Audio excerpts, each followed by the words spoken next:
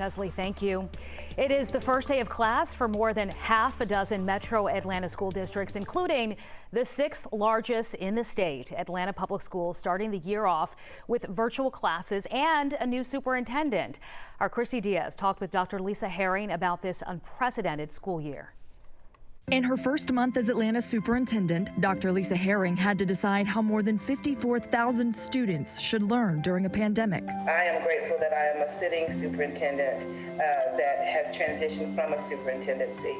Of course, this transition has happened in the midst of a pandemic, but working in the role of a superintendent is not a first-time experience. She grew up in Macon and most recently worked in Alabama as the chief of Birmingham City Schools. Now, her job is to keep Atlanta Public Schools on track. We've been interrupted.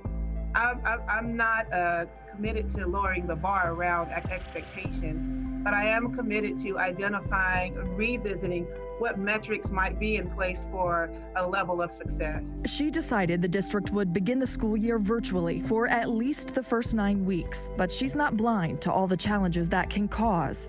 The inequity of all of that has hit many of us front and center. We're not an exception to that. The district is providing food, internet hotspots, and technology devices to families that need them. And they're doing social and emotional wellness checks for every student before the learning even begins. When we have our students in front of us, it gives us a chance to know if Lisa's having a good day or a bad day.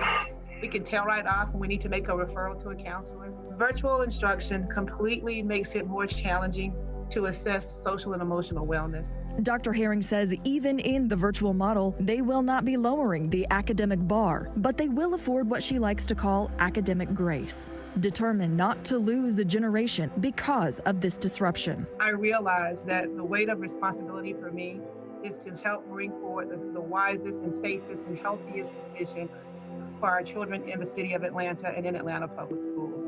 That has to be my primary focus. A superintendent who cares, that is clear.